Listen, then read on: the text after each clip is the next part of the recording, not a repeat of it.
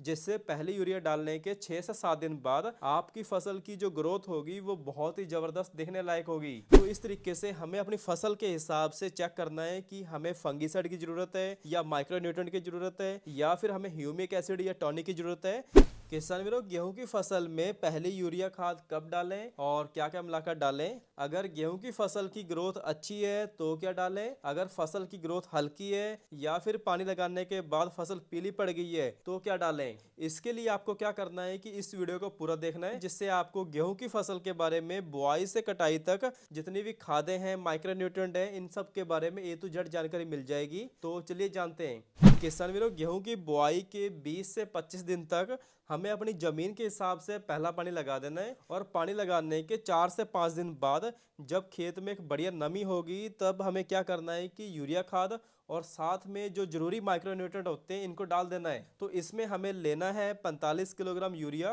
Plus 5 kilogram zinc और 3 kilogram 80% WDG sulphur और साथ में जड़ विकास के लिए किसी भी अच्छी क्वालिटी का जाइम लेना है और इन सबको अच्छे से मिलाकर छिटा दे देना है, जिससे पहले यूरिया डालने के 6 से 7 दिन बाद आपकी फसल की जो ग्रोथ होगी वो बहुत ही जबरदस्त दिखने लायक होगी। अगर हमने पहला पानी देने के बाद गुल्ली डंडा या मंडूसी की दवा डालनी है तो फिर हमें क्या करना है कि पहले हमें यूरिया खाद डालनी है, उसके 4 से 5 दिन बाद हमें गुल्ली डंडे की दवा डालनी है, क्योंकि खाद डालने के बाद जो भी खरपतवार होंगे वो अच्छे तरीके से बाहर आ जाएंगे। उसके बाद खरपतवार नाशक दवा डालने से जो खरपतवार होंगे वो पूरी तरीके से खत्म हो जाएंगे।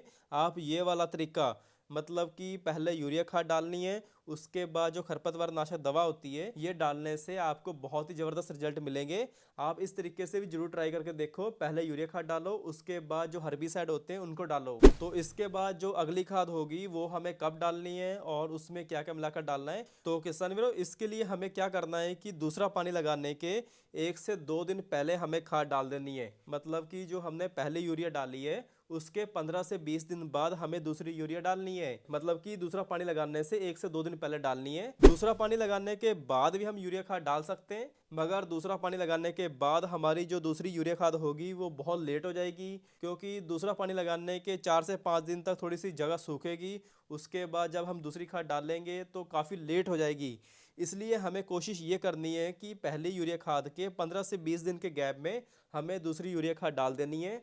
और दूसरी यूरिया खाद में हमें लेना है 45 किलोग्राम यूरिया खाद और साथ में जो जरूरी माइक्रोन्यूट्रिएंट होते हैं जैसे कि जिंक हो गया, मैग्नीशियम हो गया, कैल्शियम या फिर बोरोन हो गया या मैग्नीश हो गया, इनको भी हम ले सकते हैं दूसरी यूरिया खाद में। और इसके अलावा अगर लगता है कि फसल की ग्रोथ इतनी अच्छी तरीके से नहीं हो रही है तो फिर हमें क्या करना है कि दोबारा किसी भी अच्छी कंपनी का कोई भी ह्यूमिक एसिड या टॉनिक इसी खाद में मिलाकर डाल देना है। तो हमें ये सब अपनी फसल के हिसाब से डालना है। इसके अलावा एक बात और आती है कि अगर हमारी फसल में पीलापन बहुत ज़्यादा दिखाई देता है तो हम क्या कर सकते हैं कि हमें कोई भी एक फंगिसाइड लेना है, जैसे कि थायोफिनेट मिथाइल या फिर कार्बेंडामेनकोजेब।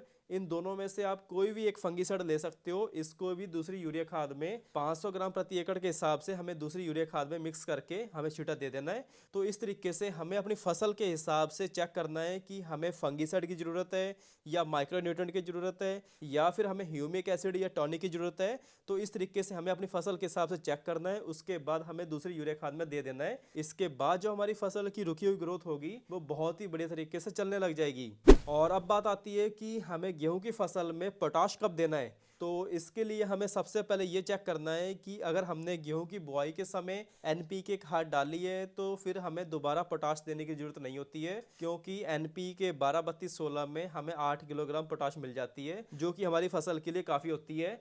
अगर हमने बुआई के समय DAP मतलब कि 18-46-0 डाली है तो फिर हमें आखिरी यूरिया में 15 किलो जो MOP आती है, म्यूरेट ऑफ पोटाश आता है, इसको जरूर दे देना चाहिए। इसके अलावा बात आती है कि हमें अपनी गेहूं की फसल में तीसरी यूरिया खाद कब डालनी है। तो किसान वीरों, ज्यादातर जो गेहूं की फसल होती है उसमें तीसरी यूरिया डालने की जरूरत नहीं होती है। अगर फिर भी हमें लगता है कि हमारी फसल की ग्रोथ इतनी अच्छी नहीं है तो हम दूसरा पानी लगाने के 8 से 10 दिन बाद अकेली 25 से 30 किलोग्राम यूरिया डाल सकते हैं। इससे भी हमारी फसल का जो कलर होगा या ग्रोथ होगी वो बहुत ही बड़े तरीके से चलने लग जाएगी। तो किसान वीरों, इस तरीके से आप हर साल क्रॉप प्रैक्टिस करके देख सकते हो कि भाई पिछले साल कौन सी दवा का रिजल्ट मिला था या कौन सी दवा का रिजल्ट नहीं मिला था।